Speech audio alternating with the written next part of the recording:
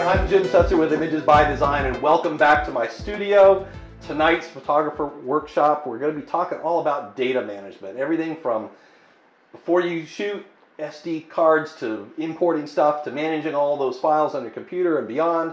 And I'm excited to have this great group of photographers come share their thoughts and ideas and their processes, and I'll share what I've got in the usual manner, just kind of throw it all down on a PowerPoint. And so if I've forgotten something, please inject and say, what about? Because I just throw this together pretty quickly. And if you catch me in a lie, feel free to stand up and say, Jim, you're full of it. That's not the way the world works. And that's okay too, right? We're just here to have a nice conversation about the whole thing. So I thought tonight in our intros, we would introduce ourselves for the audience at home, and maybe share just a few sentences about your photography workflow, about what you do, from memory card to storage to whatever, just really quickly, because we're going to come back through this stuff in a lot more detail. So let's go ahead. Again, I'm Jim Setzer. This is my studio. I was in IT my entire corporate career, so I've been eating and drinking data availability and performance and security for 35 years. So this all comes relatively naturally to me, but a lot of photographers are more creative-minded. They don't have a lot of strong IT background, so maybe there's something to be had here tonight. So that's why I picked that topic, and there we go. So let's start with you. Okay, Gene Tick. Welcome back, Gene. Thank you. Within storage, it's interesting. I've been doing not IT, but I've been very computer literate for years and years and years, and I still stored all my SD cards until this past year, where now I have redundant systems of external hard drives. So I actually started for the first time getting rid of all the data off my SD cards. I have an external hard drive in my studio, and then I have a second one, and then that goes into a fire safe. So I always, I never save anything onto my computer anyway. Just too much storage. So I go from SD card to external hard drive, then copy the external hard drive to a second one, unplug, and lock that away. I know too many people that have lost, whatever, they've lost all their photos for years and years. Yeah, bingo, you got it. How about you, Pete? Hi, I'm Pete. What I like to do, as soon as I get home, the cards will come out of the camera. I will transfer the data to the external hard drive, and then put them in folders. I'll name the folder for the event or whatever it was I shot, and then import it into Lightroom so I can work from there. All right, great. Tim? I'm Tim. I've got an IT background, also been doing IT for 38 years, so I'm pretty paranoid about backups. I load my stuff off the card into the computer using Lightroom. Then I'll copy it to an external hard drive. Then I actually have two of them. One of them sits in the desk at work. I swap them back and forth. So if worse comes to worse, I've always got it there. Great. I'm Caroline. I'm not with any IT background. Maybe I'm getting worried now, because all I have is an external hard drive, is where I've always saved mine, and that's the only thing. All right, great. Hi there, I'm Diana. Welcome. Thank you. Well, I don't have IT background either. Don't have an external hard drive. So my process is to download the images from the SD card. I've had two laptop crashes, which have been awfully painful. Yeah. Right now I'm storing things on CDs, storing some things in Google Drive. I did have Lightroom for, I don't know, about a year and something, but I hardly ever used it. So when it was expiration time, I let it go. Probably at the point that I need it back. But that's where I am. Okay, great. And your workflow? What's that? And yours? Well, I'll kind of talk about it all as we go along, because I'll just kind of Nobody inject. mentioned the cloud at all. Yeah, well, we're going to be talking about that. That's So I just don't trust. I want it where I can grab. Put your hand Yeah. on. Yeah. Well, That, it's just interesting.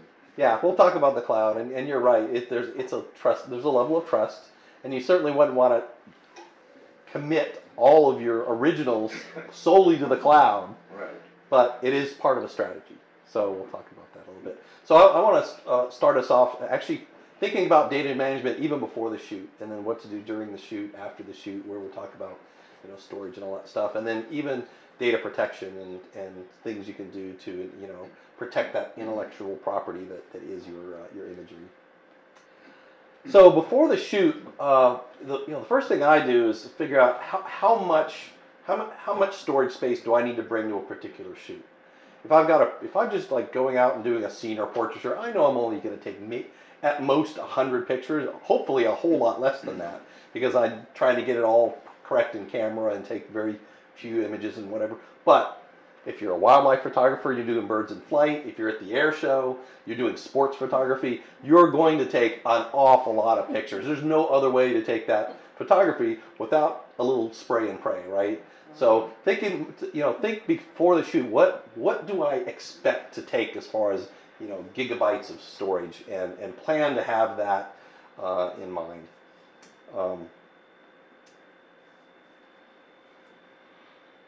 And then I have a strategy on how to keep it all organized.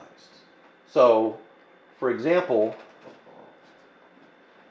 I keep all my cards that aren't already in my cameras in a storage pouch. I like this one not only because it's rigid and waterproof, but also because I can do things like, if I've got a card, it's formatted, it's ready to go, it's upright facing me. If I've taken a card out of a camera because it's close to full, or I want to pull it for some other reason, I'm going to put it face down. So I know that that's already been used for this shoot. And I also know which cards to grab during the upload process later. If I have a problem with a card, if a card fails me, I'll put it face down. That tells me I've had a problem with that card, I don't want to use it the rest of the day. I may investigate it later and reformat and retry it, but I'm going to put it face down, at the moment. That's my plan to organize all these memory cards even before the shoot begins. Anyway, I also think about, am I going to take a strategy of big memory cards or little memory cards? And there's pros and cons to both approaches, right? If you go and you throw 128 gig memory cards in your camera, you can probably go all day and not ever, swap out a card. Unless it fails. Well, that's the downside. You're exactly right. The downside of that strategy is you're putting all your eggs in one basket, so to speak, especially if you have a camera that's got a single memory card slot. If that card fails anytime during the day, and it could be the last shot you take, the whole day could be ruined. You never know. Or on vacation. Or on vacation. If on the other hand, let's say you've got a single memory card camera and you take a lot of small memory cards and you're swapping them out all day, that's great because you're protecting that data, right? You're putting it aside, you're storing it, and chances are very likely that all those pictures are saved and they're not going to get corrupted along the way. The downside is you're taking cards in and out of your camera a lot. And these are mechanical devices, right? So here's a card that obviously got used quite a bit. So it's split open and the little Write Protect tab fell out. So I can't write to it anymore. And it's cracked and it's broken. And so they do fail through extended use. So if you're popping your cards in and out of your camera multiple times every shoot, you might wear these things out a lot faster. Can I just ask, it's interesting, in all the years that I've been shooting, I've yet to have one card fail. You better knock on wood. That is an anomaly. Now, I haven't had many. I was just going to ask, is there anybody that comes up across that often, or? I get it all the time. Really? I've never had a problem. Failing. I've had one corrupt. Well, that's the same thing. Yeah. Yeah. Yeah. Mm-hmm. And another side of this, I've had people call me because they've accidentally formatted the card. Mm-hmm. Another reason, that's a whole another reason you don't want 128 gig in that camera, Mm-hmm. because there goes your whole vacation. Right. Yeah, so think about and strategize what works best for you. Big memory cards or small memory cards. Also preparing your camera. So, there's different ways to add redundancy to your photography if you have a dual card slot camera. if you have a single card slot camera, this doesn't apply to you, but you could have RAW plus RAW means every image I take, I'm going to save it in RAW format, and I'm going to put duplicate copies on each card. So if a card fails, I've got all my RAW data, RAW files have been duplicated on the second card. That's what that mode means. RAW plus JPEG means I'm going to put a RAW version on one card, I'm going to put a JPEG version on the other card. So why would you ever do that? One, that might be sufficient for you. If it fails, the JPEG might be sufficient for what the kind of shooting you're doing. The other reason is maybe you want to upload and post social media the same day. Well, you can't do that. You can't take a RAW file and post it to Facebook, but you can a JPEG. So if you wanted to take unedited JPEGs, you pull your JPEG card out, throw it, use this little on-the-go adapter, plug it into your phone, voila, you can post it to Facebook in the middle of the shoot if you wanted to. So that might be a reason to shoot RAW plus JPEG.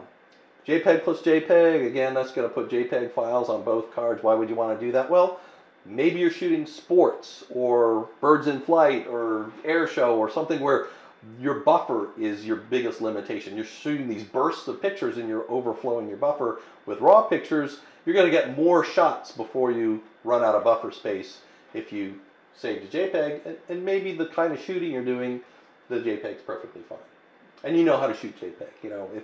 If you're really good and you really understand things and you know how to properly expose your picture, nothing's overexposed or underexposed, a lot of times JPEG's the better way to go, right? But you have to know how to, your camera, you have to know how to read a histogram. Once you're doing all those kinds of things, yeah, JPEG might be good. Then most cameras have these other modes that aren't duplicating the image, and people don't understand it. RAW then RAW means I'm going to fill up the first card with RAW files, then once it's full, I'm going to start filling up the second card. So be careful when you're setting up your camera that you're selecting the proper mode. And same thing with JPEG, then JPEG. That one simply means fill up the first card using JPEG format, then switch over to the second card and fill that one up. There's plenty of others too, but you got the point across. What do we got? What are some other modes you got? Go RAW and a small JPEG. Oh yeah, sure, like a thumbnail or something. Yeah. And even on the single card, you can do a RAW plus JPEG. Obviously, it's on the same card. Correct. Yeah. Mm-hmm. You got a comment, Tim? Nope. Oh, okay. Not yet. All right. And then the last thing I think about before I even leave for the shoot is preparing my media. I always leave the images on my media even after I upload it, and I leave it on the cards until I've delivered those images to the customer, because I want to have multiple copies, and God forbid, worst case scenario, I want to be able to go back to the card and start the whole process over again if I absolutely had to. So before I go on my shoot, I go grab one of these cards that are in the bin that I know I've already delivered to the customer, or I've processed whatever I'm doing with it. I know it's okay to get rid of those files now. I will do, maybe this is a little redundant, I'll go ahead and erase them using the computer, but then I'll bring them into the camera and I'll format the SD card in the camera. Always format. Always format in the camera. Your computer will always be able to read cards formatted in your camera, but your camera sometimes will corrupt a memory card that's been formatted in your computer. So that's one of the leading causes of card failure, is people formatting in the computer, not in the camera. Maybe that's why I've been successful. Yeah. Yeah. Yep. That's what you the do every only way time? I've ever formatted. Okay. Right. I'm gonna be probably shot here in a moment. I have never formatted my card. But what I meant, I guess I don't know why. I mean, I may have to occasionally, when I first use a card, it may say, and I'll do that in the camera, Mm-hmm. the follow steps. But out of all the shooting, especially like the basketball shootings and the footballs, I have never I've erased the pictures off of that. Is that the same thing as No. formatting? No. Okay, so I've never formatted. Erasing the images just gets rid of that little data in the front that says your pictures here. They're still there. They're all still there. Yeah. Formatting and wipes it clean. Well, it doesn't wipe it clean. Wow. It creates a new file allocation table. Right. So it's a new index at the beginning of the card. Okay. And so any residual little links that were in that old file allocation table, that index that pointed to old segments. That's just going to get wiped clean. You're going to have a nice, clean, empty index for images. So Formatting it may bypass some little errors that have accumulated in the file structure over time. Whereas deleting it, some of those errors may still be there. Whereas formatting, always make sure you're starting with a clean slate. So you should format the card probably every shoot. Every time. Yep. Every time you shoot, yeah. Every time you want to delete every photo on the card. Right. Okay. Clean card, format, or format, clean card, whichever way you want to look at it. Okay. what else? What else do you guys do before you go out on shooting to kind of prepare your media and think about it? And When I head out the door, when I think of it, I take a picture. Take a picture of a flower on my feet, car. It tells me, hey, you remember to put your card in. You remember to put your battery in. I've done Because that. I've done both. I've forgotten both. yeah, Besides media, yeah, just knowing what you have. I have a little trick I taught a photographer. He showed up, no batteries in it with his equipment. Luckily, I had Nikon. He had Nikon, but if my bag is open at night, like if I'm charging my batteries, that means there's something missing out of my bag. Oh, that's a good idea. Until you pick Yeah. up the bag and dump everything else on the floor. The other thing some people do is they'll take a picture of a card with their name, address, and phone number on it. That's a good idea too. On the chance to get one out of 1,000 honest people that will return that camera. Yeah. Right there. That's a you good go. idea. yeah, both excellent ideas. Great. Yeah, I'm always paranoid of just like forgetting everything. I mean, I just that's my thing. You forget it a couple times, you'll remember after a while. I'm so paranoid about. That's right. I haven't yet, luckily, but like I said, that's my trick. It just Right. because I always like, okay, battery's charged night before, blah blah blah. Right. Just that And me being zipper just tells me something's wrong. Right. Being a landscape photographer, I triple check that I have my little button thing on the bottom of the camera to make sure it's going to fit in the tripod. Because you don't want to get that in the field with your tripod and set it up and Your look. little quick release plate. Yeah, that's on Yeah. the nightstand. Okay. Right. But yeah. Well, that's not data management, but you're right. Well, Yeah, I always have obviously at least double the amount of memory that I've got in the camera in my little case there. I also keep extra SD cards in my strap. It's got a little pouch in the pad, so I keep extra SD cards in there just in case. So like Pete said, there's always we've all had driven somewhere, probably far away, and you get there and you went, crap. So Cards are not terribly expensive these days. no, they're Yeah, not, but you and you still can have get to it in find any it. Walmart and Well, that's what I was any gonna say, but- you gotta find a Walmart or some, used to be, you could get them at, like, the Dollar Generals and Roses, but you can't get them there we anymore. can sort that out. Right, right. All right, so we did a good job. We prepared all our gear. We've got, all of our memory cards are ready to go. They're formatted in the camera. They're formatted clean in our box. They got everything there. Now let's talk about during the shoot. Yeah, keep your card case handy. This even happened to me 3 weeks ago. I was taking drone videography down in Suffolk, and my table was about 100 yards away, and I was flying, and they were about to start a new section of the event, so I was all ready to go. Tablet says, SD card is full. And it's like, oh, I could have had enough time to land quickly, swap out the SD card, get the drone back in the air, and I could have got the shot. But no, that was 100 yards away. Fortunate I didn't completely lose the session in that when you're shooting drone photography with your tablet or phone, copies of the videos and stills are coming down to your tablet. So I had local copies, but the shooting mode I wanted to shoot with required an SD card in the drone in order to work properly, so I couldn't do the cool special effect I wanted to do. So not terrible, but an example of don't leave this in your bag because you may walk away from it. Keep this in your pocket, right? So you've always got it handy. and you can pop it out and swap out a card quickly. Have a system like I talked about. Like, what are you going to do to manage your cards in space? So I know whenever I look at this, I know exactly the condition of every card, which ones I've used, which ones are good to go next, which ones I'm not going to use for this because they're not properly formatted from that camera, maybe a different camera or a drone or something. So, you know, I've got a system in there to know exactly which cards I have and which ones are not. Use some kind of case. It doesn't have to be something like this. It could be a soft-sided case, but don't go throwing your cards in your pocket. You remember when you were a kid and you had that thing, you took the plastic rag and the rag and the plastic rod, and then you went pop and you zapped your friend. That's electrostatic buildup, right? That's what's happening if you're walking around with a card in your cotton pocket. You're building up a static charge on that card. You go into reach in your pocket to grab it. You may not feel it, but that's enough to fry a card.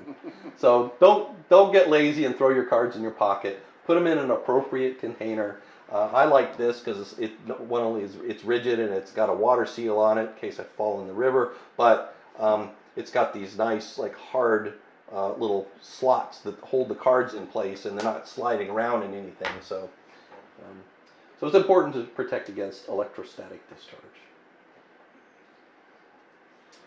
If you happen to be a videographer as well, if you're going to be taking video with your cards, I suggest using different cards for that. If you have the unless you're switching back and forth rapidly and it's going to really disrupt your day, use different cards for video than you're using for your stills.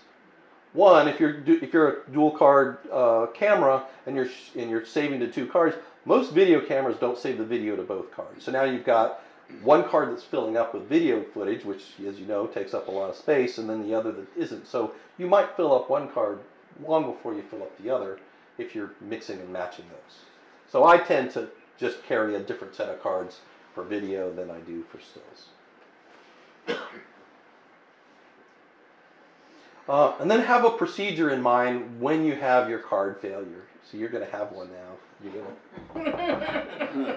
It happens enough that we put two cards in most cameras these days, right? It happens enough that everybody has a horror story about it. When a card fails, I want to swap them both out because one. Why did it fail? Well, yeah, maybe. Why did it fail? Could it be that there's an incompatibility? Maybe it's a new pack of cards and there could be there. Also, so I want my cards in pairs to be match sets. And if I swap out one card with just another one, now I only have one image left of what's in the card, the still good card. What if that fails later in the day? I've lost all that stuff. Good point. So I might as well just pull both cards and put a fresh pair of cards into the camera and move forward. Now I'm pretty sure that everything I've done up to this point is pretty safe. What else do people do during the shoot to kind of manage their data? Well, like I said before, if you've got multiple locations, multiple people on a shoot, you may want to, all right, I'm done with Mary. Mary's cards go out. Now I'm going to shoot. You put it in your pocket, Pete. There's his cases in his pocket. Yeah. Right. It's not on the table. What I'm saying, Yeah. different locations, you might want to separate them that way. Yeah. Mm-hmm. Yeah. So that'd be another good reason to use a collection of smaller cards versus one larger one. Just want to do that kind of. Use that as your opportunity to change out the eggs in your basket. I tell that to people all the time. They're going to Italy, they're going to Europe, and what card should I get? A 64? No. Get a bunch of 16s and swap them out every day. Take another card with you. Why do I need to take 7 cards? And then we go through the whole. Yeah. Mm-hmm. Yeah. What about when you're on travel? When you're on travel, it's a different animal. Like Pete was just saying, you know, you're not going to come back to your editing computer at the end of every day. That one's back home. You're out traveling. You're in a hotel. You got to have a backup strategy for that data at the end of the shooting day. And it should be something that's not very disruptive, because if you're the photographer and you're on vacation with family and friends, they don't want you sitting in a hotel room all night long, you know, waiting for files to transfer. It should be a process that's basically plug in a few things, click a few buttons, and then go out to dinner with everybody else, right? It's something you do in the 5 minutes everybody runs back to get freshened up before going out for the evening. One thing, one strategy, and I did this for years, was travel with a laptop with plenty of free space, and just use the hard drive of the laptop as my backup drive. Now more and more laptops are big and they're clumsy, and unless you're flying business or first class, you can't even use them on the airplane because you just don't have the space anymore, right? The seat in front of you is tilted back, and so the screen's like this, and you're trying to. So that's a waste. So I don't even travel with a full laptop anymore. It's just it doesn't make a lot of sense for me. Yeah, so I don't travel with a laptop anymore. I travel with a tablet and a phone, and I do all of my work that way. So what I've been doing recently is I basically have a portable drive like this one. Here's a USB, like a 1 terabyte fixed USB drive, and I plug it into a hub, and I plug the hub into a tablet using a OTG cable. It's kind of a clunky looking thing right now, but I'll tell you it works. And then I put a card reader in there, and now I can take my cards and pop them in there and use the little file manager in my tablet to first make a copy to this local hard drive, and now I've got a backup copy on the hard drive, and I can just go through whatever cards I worked that day, and in a couple of minutes I can back that thing up. So that'll work on any Android, Yep. whether it's a phone or a Yep. tablet? Yep. I can use my phone, I can use a tablet. I usually travel with a tablet because I like to do light I need to editing. know what that system is, everything. I gotta get one. Yeah, I mean it's everything you can buy at Best Buy, right? You just get any kind of USB drive. This is just a little hub, so I can put a card reader in another slot. An OTG cable, which is just a crossover cable for USB, and that's it. So it's all very simple stuff. I have been using drives like this, which are spinny drives. They're nice and cheap, but because they're spinning drives, they're a little bit fragile. You want to drop it while it's spinning because you may crash the platter or whatever. So I've recently changed over to just using solid state drives. And instead of these fixed kits where you buy the drive in a sealed box, and so once that thing is no longer the capacity you need, you throw the whole thing away. I just buy these little cases. So I unscrew it, and you pop it open, and there's a little serial ATA cage in there, and I can put whatever I want inside. So when I first bought this, I put hard drives in it. Now I put solid state drives in it, and as faster, better solid state drives come out, I just swap them out, and so I can keep reusing this case, but rebuying the shell of the thing, and that works out really well. And that's by who? well, this one's by Sabrent, but there's 1,000 Okay. manufacturers. Just go on Amazon, you can get all kinds of stuff. I find Sabrent is a brand that makes decent quality cables and cases and stuff like that at good prices. It's not the cheapest, but it's also not the most expensive. So the tablet or phone has enough power to power up the drive? Sometimes. It depends. Like, it certainly has enough power to drive these things, but this particular case also has an external power connector, so I can add additional power if I need to. You can also get USB cables that have a secondary port that you can plug into a battery pack and drive it off a battery pack, so you're not carrying yet another power brick or wall wart or whatever with you. So could you use a powered hub? yeah, you could use a powered hub if you're. Yes, you could also use a powered hub, but then it's just one more device you got to power somehow. Yeah.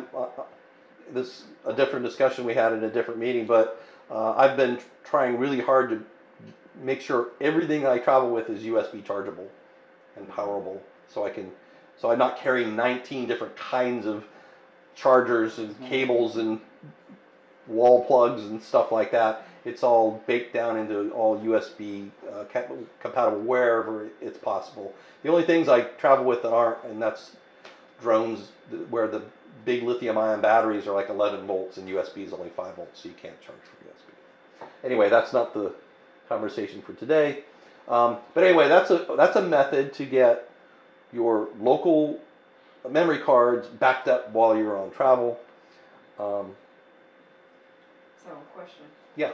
Do you use the tablet as it's one storage source, but you'd always have you always have that secondary, or that's your primary storage source right there. Yeah, so here's what I do. I take every picture that I take goes on the external USB drive, regardless if in the end it's going to be a keeper or not. Right?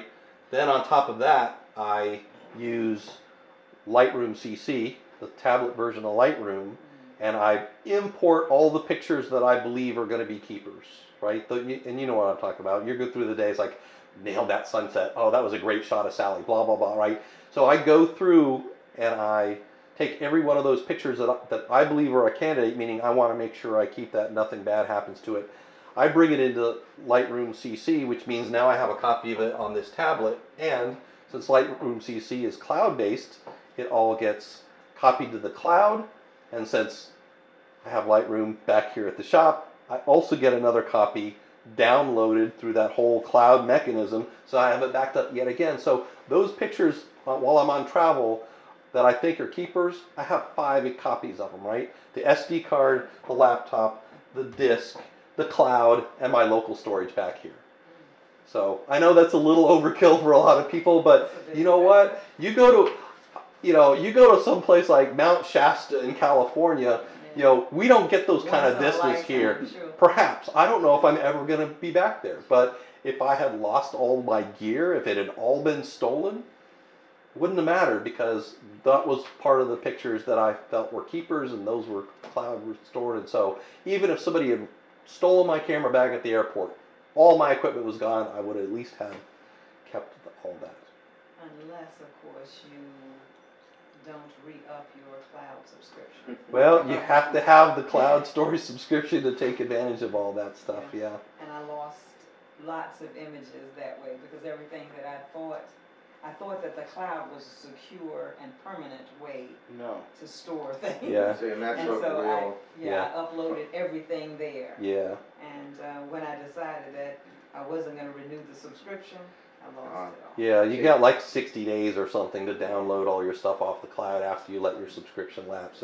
But usually they should have sent you like a lot of information to say, hey, your cloud storage is expiring. Your cloud storage, you get your pictures off of here because it's expiring. Yeah, I didn't quite get that. Yeah. If I renewed eventually, they wouldn't be there. Oh, The cloud, I thought it would yeah. always be there. No. Yeah, So, that devil's in the details there. yeah, it is. Keep in mind that cloud means not yours. Mhm. Right. Yeah, I guess You're I paying, just- you're I paying bought a them little for the piece. service, so Right. to speak. And that's why, like I said, at the beginning, no one mentioned the cloud, but again, we all have our redundancy, it's external hard drive, because it's yours. It's Yeah. yours. Cloud should be a third generation of storage. Yeah, Just for that. it's a third tier. It's a backup of my backups, Right. which is Don't that's depend on it as the yeah. primary. Mhm. Sure. Learn. Right. Same thing, same thing, people back up to their laptops. And I'm like, Yeah. don't do that. And they think a laptop goes forever, and then So that's why I'm here. I've lost 2 laptops and a cloud experience. Yeah. Help me. And the same Obviously, thing- I need to be in some then- learning environment. and when you back up to a laptop, even like I said, my desktop, and I it's not brand new. There's nothing on it except programs. There is nothing on it. I don't save anything. I actually have You don't have another. any images there. That's all. Nope. Everything is saved to my external hard drives. Any documents and any other type of work that I do that's non-images, I have another hard drive for that. I save nothing to my computer's hard drive. One, you slow things down, and then if it goes, It's gone. it's gone. So everything stays off. And laptops, a lot of times, I learned this years ago, just when I had work documents, and laptops, you're carrying them, they get banged around. Yeah. And my IT guy said, listen, those things aren't made to last. They weren't as tough, and you're banging them around, you're throwing them in your car, you're setting them up, closing them down, they're gonna go. So Assume, everything off your laptop too. assume any storage device will fail. So again, the tablet, and I do have a tablet which I don't use. Mhm. And I'm wondering if that is a sufficient place to move, if I should just use it just for storing images? Well, it depends on the capacity of your tablet and what you know, how much data do you accumulate while on travel. So it could be you've got a 128 gig in that tablet and you're using a tiny fraction of it, and you could use that as your backup storage. It's, you know, it's a solid state drive, just like this thing is. It's just baked into your tablet. So maybe, depending on your shooting style and how long your trips typically are, it might be sufficient for you. I just find that, you know, most of my tablets are 80% full between the apps and all the stuff that I've got on there anyway. So I only, like I said, just store the stuff in there that I need to, just to provide another layer. So, you know, this arrangement here is kind of clumsy. It's a little kind of a Frankenstein cobbled together looking thing. There are some more elegant solutions. Narbox is one of them. That's that little black box there to the side. You know, it's basically this, but you've got card readers and all these other things built literally into the case. So you can put your memory card right in the Narbox, hit the copy button, and it copies straight across. So you don't even need to have a tablet to create that backup. It takes all that stuff out of the equation. Any guess on a price range?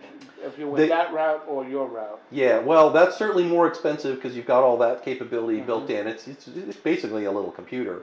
So yeah, you're going to pay a little bit more for it. And of course, they have different capacities like anything else. They've got little 128 gig all the way up to terabyte size. They have a new one coming out that's actually pretty cool. It's got a little display on it, and Wi-Fi connects to your tablet, so you can use, you know, you can do some editing with it without, you know, all that. So, you know, they continue to evolve, and they're really neat. Now, if I did more travel, I could justify it. I'd love to use it, but I don't travel enough, so I carry my little Frankenstein kit around with me. Another interesting one, although I don't know if I'd ever use it, and that's the one on the right there is a solid state drive that's also Wi-Fi. So Wi-Fi connects directly to your camera, and it's just recording as you're shooting. Now, you know, if we've played with Wi-Fi on your camera, and you realize not most cameras' Wi-Fi is pretty poor, and so you know, I don't know that I would trust something like that especially if I was on a paid assignment, that my Wi-Fi and my camera and this thing were going to behave well enough that I would trust it. But, you know, the technology is ever evolving, and I think that's kind of eventually where you're going to get to, where the camera is going to be better integrated, either integrated directly to your portable electronic device, a tablet, phone, whatever, or to some mass storage device, kind of like these kind of early entries here. And the last point I wanted to make on this slide, I'm glad we got a chance to talk about cloud backup.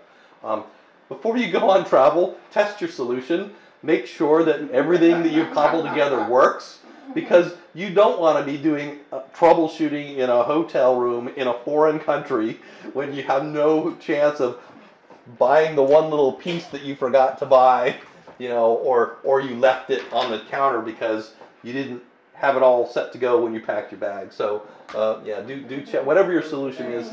Do check it before you. Zip the bag up too soon. And sometimes, just for the fun of it, run a trial recovery, just to make sure whatever. Assume your PC crashed and see if you can recover it somewhere else. Yeah. Just to see, make sure it's readable. Yeah. Good point.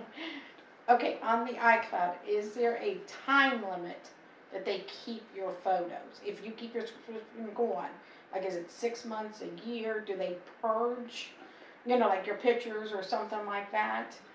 Don't ask me because I'm not an Apple person. Okay. Yeah, I'm all Android. Anybody? I'm not All right. It won't last any longer than they want it to last. Well, that's true. When they come You out of know the business, answer. you're Put out the of answer in business. the comments. Exactly. Yeah. Thank you, studio audience, for answering that. or is it how much storage space you're using? Right. Well, That I don't. Right. That one might be you get X amount and you can Right, pay and then, above of and course beyond. you pay more. Yeah. You want it, you pay more. And like any other storage device, assume it will fail at some point. Yep. Have it somewhere else. So with your Photographer's Creative Cloud subscription, you get, depending on which version you get, you could have up to 1 terabyte of cloud storage with that.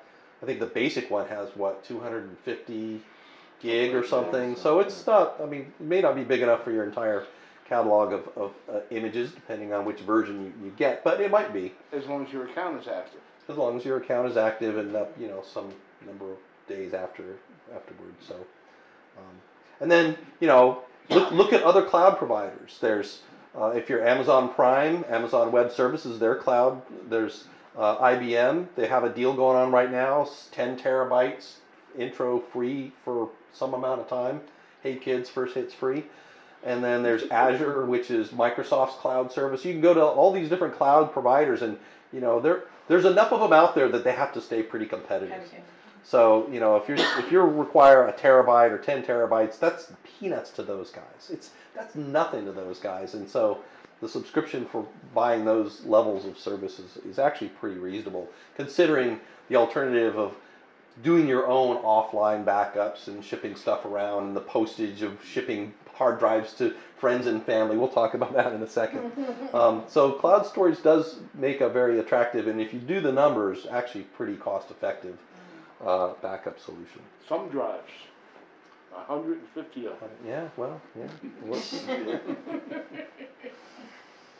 All right, so you managed to get back from your vacation, and so now you want to talk about how in the world do we manage all these images along the way. So, what is everybody's current primary storage? Are you using the hard drives that are in your main editing computer? You have plug-in USB drives. What's the thing that you're using as your primary storage of your images? External hard drive. External hard drive. Same thing. External I hard said drive. nothing goes on my computer Yeah. external. How about you guys? My primary is the internal drive on the computer. That's what I use, Mm-hmm. and then I back it up to these other external drives. Yeah. Okay. How about you guys? So I have external. External. Mm-hmm. And same here, my computer, I'm using a drive on my computer permanently. Okay. Yeah. Do you have an external backup? Not yet. Not, We'll get you there. We'll get you I mean, there. actually, I had one, I do have one, but when my laptops crashed, I Mhm. gave the laptops to someone to try to Yeah. restore for me. I also gave them the external drive so that they Oh. could try to retrieve the images. So I haven't retrieved the external drive Oh, from okay. them Drive. because the Right. computers are totally gone. So You need two external drives. Yes. One for when the laptop fails, and the other for when you find out when the laptop failed that one of those drives is bad. oh Lord. See, that's why, like I said, I have two. But one I always put in my phone, so you never know. I've got two, and one of them sits in the desk at work. Yeah, separate them. Me, I just, like I said, I just Off-site put it backups. in The the, house burns in the down. fire safe. Yep. Uh-huh. Just, Uh-huh. I learned that from business. We always had to have one off-site. Off-site. This is just, it's in a fire safe. I shipped them out to and Iron Mountain. stuff. See, and the I don't thing know. is with that, you have to make sure you can't get lazy and say, I'll just plug it, I'll unplug it Right. tomorrow. The Mhm. idea is to always have it safe. Well, Right. that's another point too. If you have external hard drives and you've done whatever you're doing with it, unplug it. If your computer takes a zap, right into Yeah, the right, external. yeah. If it's not plugged Or in, it takes malware that goes in and Mhm. encrypts all your files and wants $5,000 to decrypt them. Technology Right. is what Yeah. it is. Well, speaking of technology, I thought I'd spend a moment talking a little bit about RAID. And what in the world is RAID? Redundant Array of Independent Disks. And it used to, the I used to stand for inexpensive, but they changed it along the way. But actually, they're far cheaper than they were when that was the term. So That's true. they should have left it as inexpensive. Hard drives now are actually really pretty cheap. Compared to what we used to spend $1,000 on 10 megabytes. Oh, God, yeah. Right? So the original You're a IBM newbie. XT, yeah, disk packs and stuff like that. I mean, the storage was expensive compared to what it is today. But RAID has RAID has a couple of different functions. One of them is to improve performance, and the other is to improve availability. So, first of all, let's talk about performance. RAID has a number of levels, and there's RAID 0, RAID 5, now there's RAID 6. RAID 0 is basically, it's also called a stripe set, but you don't have to write all that stuff down. Imagine you've got two drives, And it's what it's going to do is the RAID controller, it's actually hardware in the controller that talks directly to the drives, is going to split your data between those two drives, and it's going to report to your operating system, Windows or Mac OS or whatever, that there's only one bigger drive. So your computer, everything you see, it just looks like one drive. But there's two physical drives, and it's basically load balancing the data across the two of them, and you're going to get better performance. You're not going to get double the performance, but you might get like 50% better because while this head's over here writing, this one could be reading, or it's writing to two different locations in two different times, or this one's waiting for the platter to spin around, this one's waiting for the platter to spin. So you get better performance out of that. And most modern computers, even laptops, can support RAID 0. You can put two drives in your computer. You can get better performance out of it, but it doesn't improve availability. There's other RAID versions, but the most popular version of RAID is RAID 5. And what RAID 5 does is you have a collection of drives, and the drives all have to be identical. So you've got, let's say there's 5 drives. Your data is going to get split across the first 4 drives, and that's all usable data, and that last drive is going to contain a checksum. Basically, add up all the bits and what is that number gets put on that last drive. Why would you do that? Now, if any of those 5 drives fail, any one of them, you can pop that out, put a replacement in, and the system will automatically restore it. You will not have lost anything, even though you had a physical hard drive fail. So you get performance and you get higher availability. So, not cheap. You're thinking you're going to buy a bunch of drives, and you have to buy the hardware to control all that stuff, right? The RAID controller. But in this day and age, it's actually not that bad. And you can buy, again, most of your modern computers can support RAID 5 in software. They can do it just right on the motherboard. If you've got a big desktop, you can actually get hard drive controller boards that actually can do that in hardware and even better performance. But it's a way for you to guard against an individual hard drive crash and, again, get better performance all along the way. So if you see that when you're checking out your next laptop and you see that term, now you know what it's all about. I'm back to desktops now. Yeah. Anybody else use RAID technology for their main I'd like computer? to Know get about one, but it, I don't, but I haven't used it yet. Mm-hmm. Too much cabbage for me. Oh, they're not that expensive anymore. It used to be RAID was, for big enterprises, and now it really just isn't. Now the camera.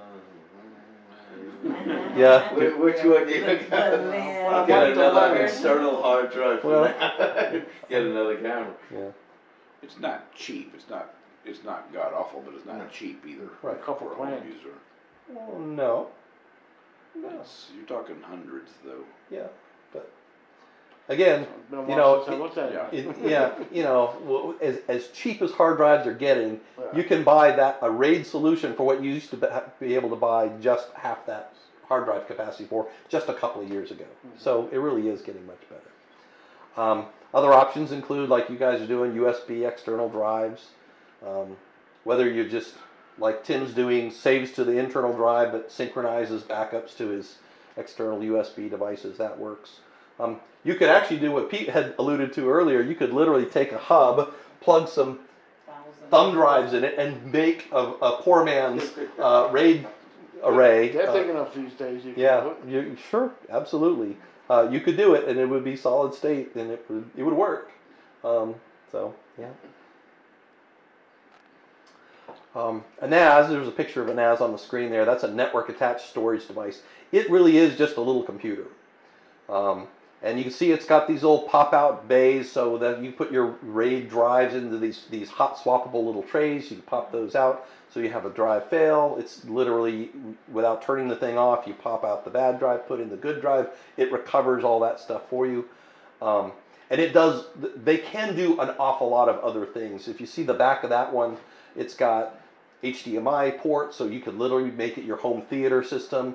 You can plug in a bunch of IP cameras and make it your surveillance system. You can run a small business with it. It can be domain controllers. It can be all those things that data center at your company is in just a little tiny box that you put under your desk at home. So they really are getting to the point where you can literally run a small business with it. In fact, I've got a 5-port one that looks kind of similar to that one there. I don't have any of the multimedia stuff in there because I don't use it for that, but that's what I use as my primary storage, and all my pictures go onto something like that, and it works. They run a specialized version of Linux, so it's just all little graphic icons and stuff. You don't have to be technology savvy to use them. You literally take it out of the box, you plug it in, and it even automatically syncs to the cloud for you. So, you know, they've all these NAS providers. This one's by a company called QNAP. Yeah, so backups are a big thing. We talked a little bit about it. What else we talked? We talked about local backups. So that's what Tim's doing. He's just basically backing up to those drives, and then what do you do is you store one at work, and then you swap those drives out. Yeah, one stays in the desk at work, and I back everything up to the hard drive, take it into work, put it in the desk, take the one that's in there out, take it home, and then bring it up to date. Yeah, great. So. So I consider all those local backups. Your data hasn't left the geographic area, right? Which is great. Maybe your house burns to the ground, but you still got your backup at work. That's a local backup that works out really well. But what about geographic remote backup or weather events? Maybe we have that killer hurricane and everything gets flooded these days, and both your local locations, the data gets destroyed, or who knows what kind of other catastrophe may be following. Now, you could say, well, if something that bad happens, the last thing I'm worried about is my pictures. I don't know. But, wait a minute. You can leave other things behind. The camera equipment, I always say, if I ever have to run out of the house, what's got to go? Camera equipment has to go. Just add the drive to it. Yeah. But see, everything else can be replaced. The camera equipment, but my thinking is the camera equipment could be replaced, but the years I spent photographing this stuff cannot be replaced. I cannot go back in time and retake those pictures. Okay, so now the fire safe, I got to put in the drive in a waterproof bag. Yeah. There you go. Yeah, that's right. Yeah, because the neat thing about fire safes is they're designed to melt shut and seal the heat out, but that doesn't help you in a flood. That's right. But does the fire safe seal out well enough to prevent the hard drive from encountering? Depends on the fire safe. You got to see what its heat range is, Yeah, and they'll tell you what range, external, internal heat and range how that they're long. rated. There's a time range too. Yeah, because even the casement's gonna eventually conduct heat into the inner chamber. The one I've got is designed to protect paper, but I don't think it would necessarily protect. Yeah, but I had a paper friend had a doesn't. house fire on his gun safes. The gun. All the bullets were going off in the safe. Oh, really? Wow. Because I was told gun saves. That's interesting. So they didn't exit, No, but they went off. They were going off inside. Inside the safe. Yeah. Yeah, there's a time limit on all those. I think we already spent quite a good amount of time on cloud backup. Any other questions on cloud backups? Where is the cloud? Okay. Some people say over there. Out there. It's everywhere. So let's talk about Microsoft Azure. Microsoft Azure, and I know because I've talked to these guys about it and I've been there. They say they have north of 25 large data centers around the world that create the Azure cloud. One of them is right here in Virginia, and I've been there. Well, yeah, it's in Boynton, Virginia. And it's got, when I did a back of the napkin count, over 1 million cores of computing power. And they wouldn't even talk about the amount of storage. Huge rooms full of rooms full of rooms with nothing but blade servers and custom built cores, and they're shifting away from all spinning drives. It's going to be all solid state, and they have different levels of capacity and capability and redundancy depending on what the customer. When Microsoft says customer is Xbox as a customer, Bing as a customer. It's their properties, right? The Microsoft properties. But you can go buy cloud storage. Where are your files going to be? They're going to be scattered all over the planet. There's not going to be a single location where they just reside one place. It literally is distributed across the globe. So there's not any center or centers, multiple centers, could get nuked by China and your data would still live in the remaining data centers. bet they got one guy that sits in the back opening up the boxes for the replacement drawers. Actually, well, this is a little off topic, but it's really kind of interesting the way their maintenance works is the people, and there's only a handful of maintenance people in this entire place. They get a ticket. The ticket says, go to this rack, this shelf, this device, you're going to replace this hard drive. Only then does that person's credentials allow them to open the door to go down the hall to open this other door. They got 20 minutes to perform the operation before they're locked out. They take the drive, they throw it in a masticator, throw it away. When they put the redundant drive back in, and since it's all RAID, it doesn't really matter. The data just comes back to life. So the maintenance on these, I mean, it's a ridiculous investment. But then in the end, it's very manpower efficient, energy efficient, pretty neat stuff. So the companies that are doing this well, like Microsoft and Amazon and IBM, they've really thought through a lot of this to really make the availability to the point where your stuff is good. Mhm. Yeah. Anyway. That was a good question. I actually thought that the cloud was a satellite someplace. Nope. I would've never Just thought of it big as data that. centers just scattered all around the world. You don't know where, and you don't care. Right. Yeah, if you ever get an opportunity to go see the one in Poynton, it's really a pretty miraculous place. Pretty neat. Test your backups. This is really important. You know, over the years, I can't tell you how many companies I was called to say, gosh, you know, our server crashed, usually from human error, right? But we woke up this morning and there was no data. No. We went to our backups and there was nothing there. Help us. It's too late for me to help you at this point because you didn't test your backups. You didn't go pretend to restore your data and make sure that your tapes or whatever your backup media was good and valid, and that what you thought was going on was actually going on. So whatever your backup solution is, and you know, it could be like me where you've got a number of different things, make sure you test your backups. And finally, test your backups. It's really, really important to test your backups. I can't tell you how many times I went to a company. Seriously, it is like the biggest problem I've ever seen in companies is they do not and cannot protect from a backup. 9/11 happened. Do you know how many of those companies never recovered? And it wasn't, I mean, obviously the loss of life, it was awful and terrible. But their company was data-based. It was based on the information, the intellectual property of the company. And because they didn't have the proper backups, those companies ceased to exist. Nobody could have imagined that whole place, could have gone the way it did, and they had no backup. They certainly didn't have off-site backup, and if they didn't have off-site backup, they weren't testing it and making sure that stuff was recoverable. So at that point in time, they weren't connected to the cloud. No, there was no cloud. Yeah, Didn't exist 9/11. There were rudimentary versions of what we call the cloud. You had some ability to back stuff up to far sites, but what most smart companies were doing is using a courier service, like you mentioned, Iron Mountain.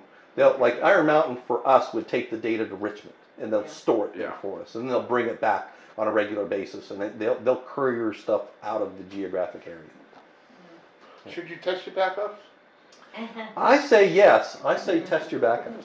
Every year we'd go to Philadelphia and practice recovering our data center. Excellent. Excellent. Iron Mountain would bring the tapes to us at the data center there that we recovered. Had a contract with them, and we would practice recovering it. Bring it up. It works. Yep. I've done it a ton of times. Yep. Exactly. And it holds true for large enterprises all the way up down to individuals. Those pictures are precious to you, right? As you've discovered through your losses, that you can't get those back. And so having some kind of strategy, whatever fits your, the value of those images to you, right? Having something that matches that is really, really important. Where do you have your Facebook memories? Yeah, but I'm sorry. I'm just kidding. it's true. Well, it's kind of interesting. You can download your entire Facebook history, right? And your images are there. But you've seen how Facebook butchers it, right? Right. My thumbnails that I keep on my computer are better off than the stuff that's that Facebook manages to keep. So yeah, worst case, right? You I'm could just go back kidding. and go to, you know, Every day you pull Google memories. Photos or whatever. Yeah, good point. Any other thoughts on backups? I think this is really Back important. them up. Yeah, back up your backups. Back up the backup. Yeah, so you might imagine I do that. So not only do I have RAID, that's my primary storage, I have USB drives. I back up my RAID to the USB drives, and I carry those back and forth to the house in here. So I always have at least one of them off-site, one set off-site, one set on-site for the next backup set, and I have all of my client files, the things that are really important to my business. That stuff's all in the cloud. So maybe a little overkill, but I don't care. All right. The last slide I wanted to talk about tonight was protecting your intellectual property. Encryption is really important. Your data at rest, whether it be in this little drive or at your computer back at your home. Do you have whole disk encryption turned on your computers? Encrypted. Those hard drives I put in my desk are encrypted. Yeah. How about you? Encrypted, Pete? Huh? It used to be encryption put a huge burden on the performance, but the newest encryption methodologies that are baked into your operating system, the encryption algorithms itself, take very little performance hit. You just go to your file system, whatever. Are you a Mac or a Windows person?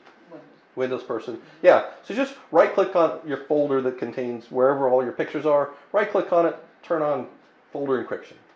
That's all it really needs, because it's going to use your credentials to encrypt it. And as long as your username, password you use to log on, you know what that is. But I'll ask you to do one other thing, and that is go grab an old SD card that's too small for you to use in your camera anymore, and save your credential certificates to this card and put it in your fire safe.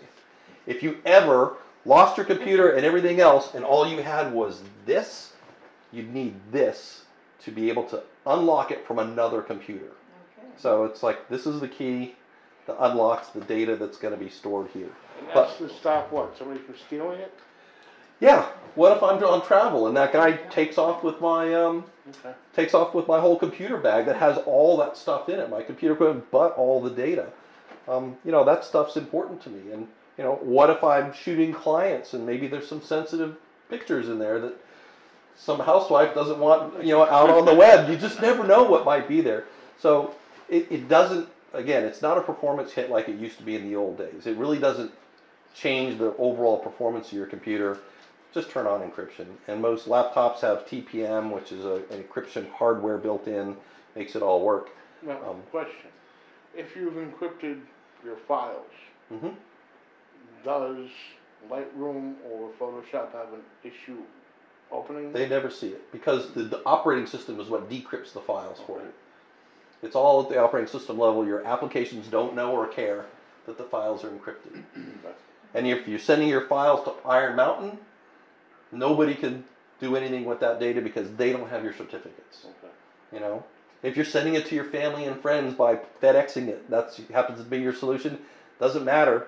Without that certificate, they can't plug that thing into another computer and see all that stuff. It's all encrypted. You've got to have those credentials to be able to see that Your stuff. credentials you said to put on the card. Mhm. Can you put them on the cloud? You could. I wouldn't recommend it. Obviously, I would want this offline. Obviously, it's a level of insecurity, but in a pinch, you can do that if it was. They're gonna have to find that file and find your hard drive. So me being the paranoid cybersecurity person that I am, if I were going to do that, I would also use some other method to encrypt my credentials, like I'd use WinZip and put a password on it.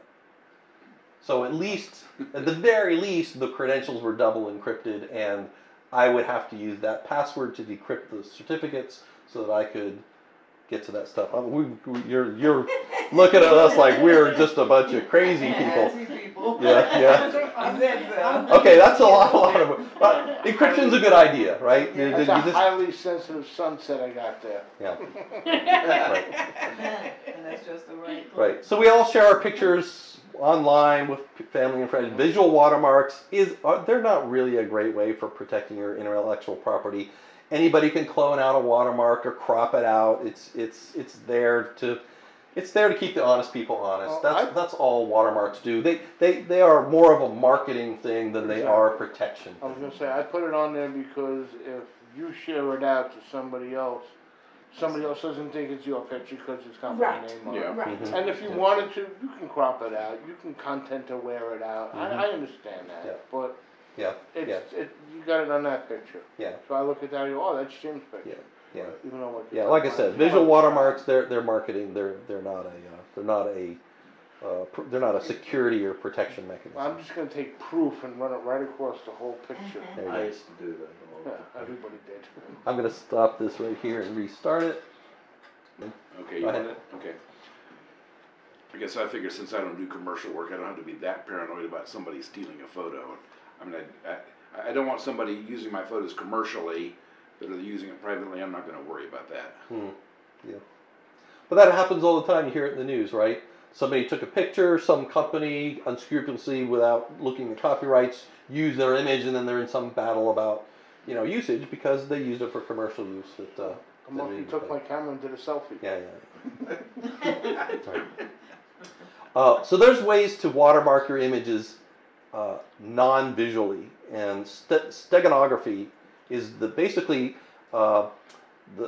using computer algorithms to embed information into the actual pixels of the image.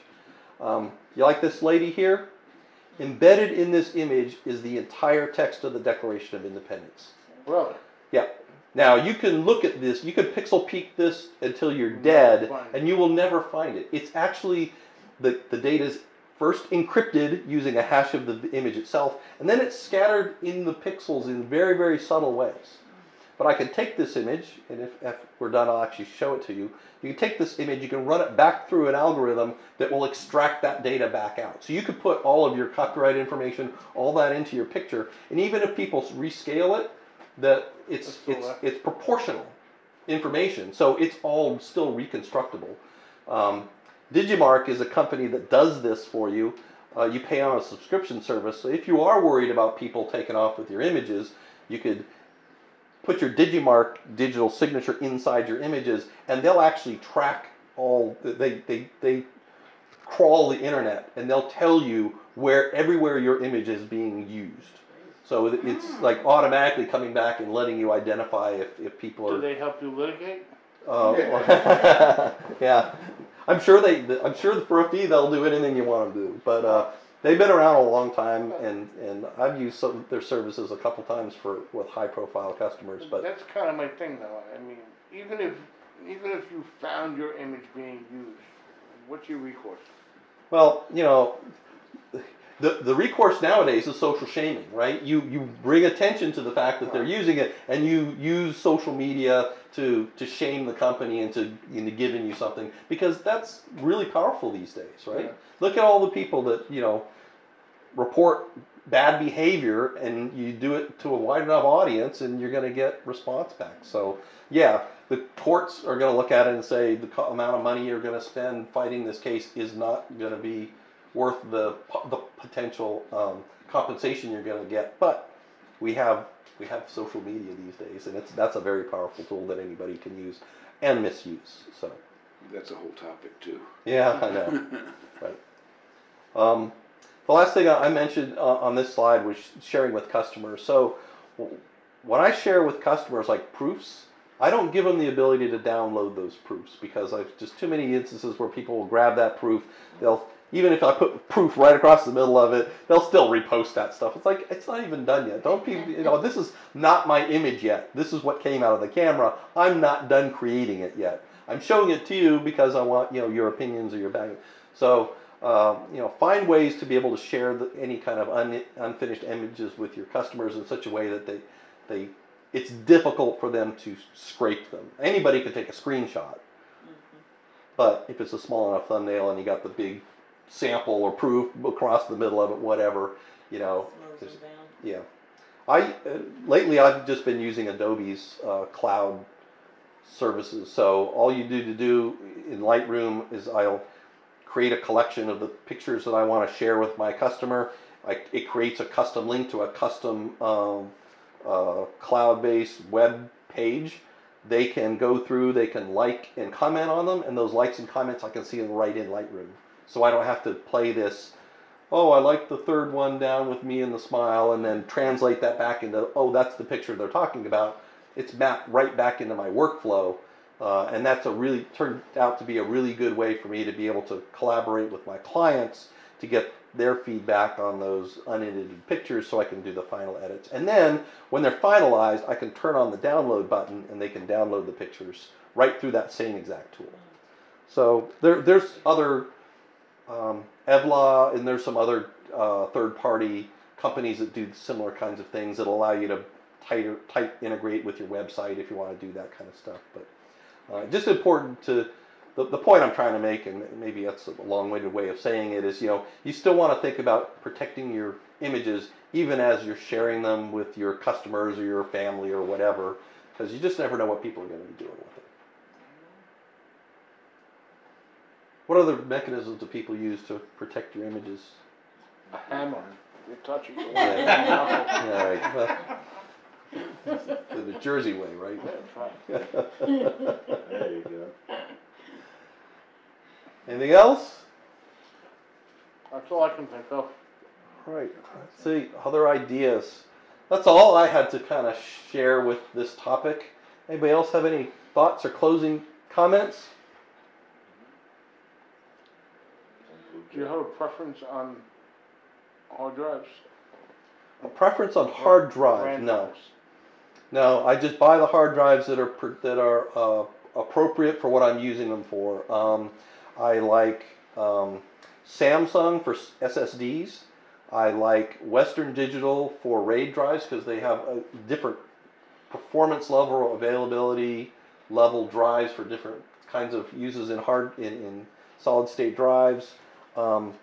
There's other companies that do a better job of M2 drives, which are solid state drives, but they're very, very high performance, so they're very, very expensive. So, it just really depends on what its purpose is. Again, I'd love to have a NAR box, but I can't justify it because I don't do enough commercial travel to be able to expend that kind of thing. I use Western Digital Essentials, WD Essentials for my external drives. Mm-hmm. They have built-in hardware encryption. You plug it in and it shows you what looks like a CD drive that has a program that unlocks the drive. I got to put my password in to unlock the drive. Mm-hmm. And you can set it up so that it will automatically it'll store the credentials in the computer, so it'll automatically unlock when you plug it in. I found the trouble with that is I forget what password I used. Yeah. Does it integrate with TPM, so you can just put credentials on your TPM chip and then not have to worry about it? I don't know about a TPM chip. Okay. It doesn't mention, not that I know of. Yeah, most modern laptops have TPM chips built in, which is just a little locker inside your computer that stores those credentials that we were talking about. So it's if somebody were to take off with your computer, they couldn't get the credentials out of that little locker. I just put my passwords on a file on Facebook. Yeah, that's great. Nice and safe. Yeah, give me the link. The trouble with that though is that if I'm not having to put the password in every time I use the drive, I forget what that password was. Right. So The that's why I password don't. is password. 1, 2, That 3, is the 4. very first password they check on the crackers. Just before they check 1, 2, 3, 4, 5, 6, 7, 8. Right. All right. Well, I want to thank everybody for coming. I appreciate everybody's inputs. Seems like we all have different levels of importance we're placing on data management. I hope everybody's come away with a little bit. I know I have. About things you can do to improve, because there's no such thing as enough in protecting and managing your data. So that's all good for everybody out there in TV land. Thanks a lot. Everybody have a great night.